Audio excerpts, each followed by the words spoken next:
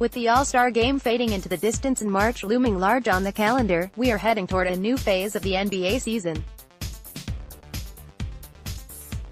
The doldrums of the mid-season are rapidly fading, and the final 20 games will be the final chance for teams to coalesce before the playoffs. On top of this, it signals the start of championship season in college basketball, as many conferences are winding down their regular season schedules and preparing for postseason play. This is the golden time for draft nicks, as there has been enough regular season basketball to get a feel for the prospects, but the biggest games are yet to come. We've started to see the first editions of big boards surface across the blogosphere, and with them comes the unofficial start of draft season. In this series, I'm going to be taking stock of which prospects might be in the Celtics' plans, what their strategies might be, and what a Lugan's door is. First, however, I'd like to touch upon the truly unique situation that the Celtics will find themselves in come draft night. What's the challenge? The Boston Celtics find themselves in a truly unique position in recent NBA history. Penciled in as an early season championship contender, the Celtics stand in real danger of not having home court in the first round of the playoffs. It has been a disappointing season to many fans, and the looming free agency of Kyrie Irving, and quietly, Al Horford, serve only to amplify the panic around the team. However, unlike most disappointing NBA Finals hopefuls, the Celtics still have a multitude of improvement options available to them. Trading for distant picks, skillful navigation of the draft, and two big free agent signings have left the Celtics' asset chest relatively stocked while building their squad. The Celtics have all their own picks, besides a top 55 protected second this year, in addition to 3 possible additional firsts, something nearly unheard of for a team with the Celtics' current talent. On top of this, the Celtics are also a very young team, and still have plenty of players who have not reached their ceiling yet.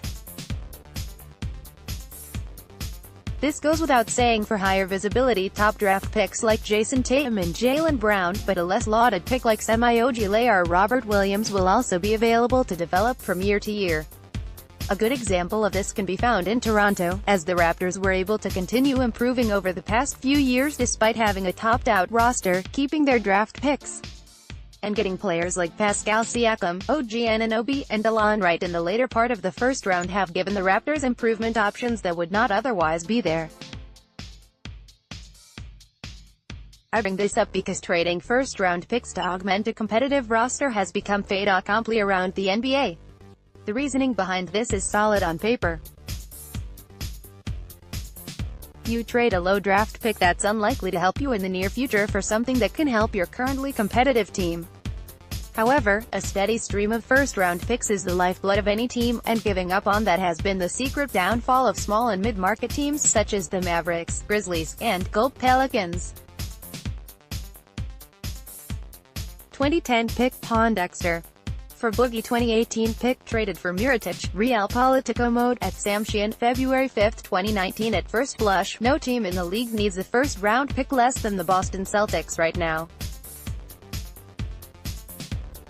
The Celtics are too talented as currently constructed, and more likely to thin their positional log jams to improve versus adding additional talent. In fact, using those draft picks to add to a package of players for a singular upgrade would seem to make the most sense. That seems to be Danny Ainge's plan come this offseason. However, as this season is proving, things change fast in the NBA, and just because the Celtics are loaded with rotation talent now, doesn't mean they will be forever. The Celtics will need to navigate the draft without any assurances of what the team may look like after free agency. For most teams in most years, that's challenging enough. With a possible Anthony Davis trade and multiple free agent decisions on the horizon, there's an even narrower window for opportunity. The consensus among the thinking types is that the time for the Celtics to move for Anthony Davis, should they do so, would be to agree to a deal on or before draft night. There's a strong chance the Pelicans demand many of, if not all of the Celtics' upcoming picks in the 2019 NBA draft. In that case, Ainge & Co. simply make their picks for the Pelicans and trade the prospects or their rights when the deal is finalized. If there is a blockbuster trade agreed to on draft night, but the Celtics still have picks on the board, they will have to have contingencies in place. One might be picking the players who will plug the new holes in the team, whether that's next season or 2 to 3 more years down the line.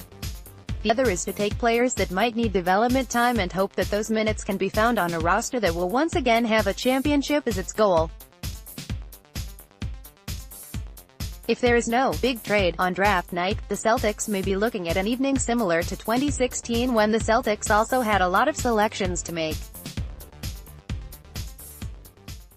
Whispers will abound about if the Celtics are drafting players to purposely sweeten trade talks, while we might also hear the C's name is a top destination for stashing overseas players. If the Celtics draft a point guard, it will be seen as confirmation that Irving, instead of say, Terry Rozier, will be leaving in free agency. No matter which of these scenarios come to pass, it's going to be a very important draft for the Celtics. It's very likely that any selections made in this draft are going to be contributors on a championship-caliber team, should Ainge get his way, or reinforcements going forward for what suddenly looks like a shaky ship. It's going to be a brutal test of the Celtics' ability to project prospects, steer their development, and compare them against their own current players. It's going to be crunch time in the Celtics front office, and draft is going to define what the Celtics look like for the next half-decade. Check back in later this week as I'll take a look at some of the players who might be fits for the Celtics in their current draft spots and take a look at ideas for trading positions within the draft.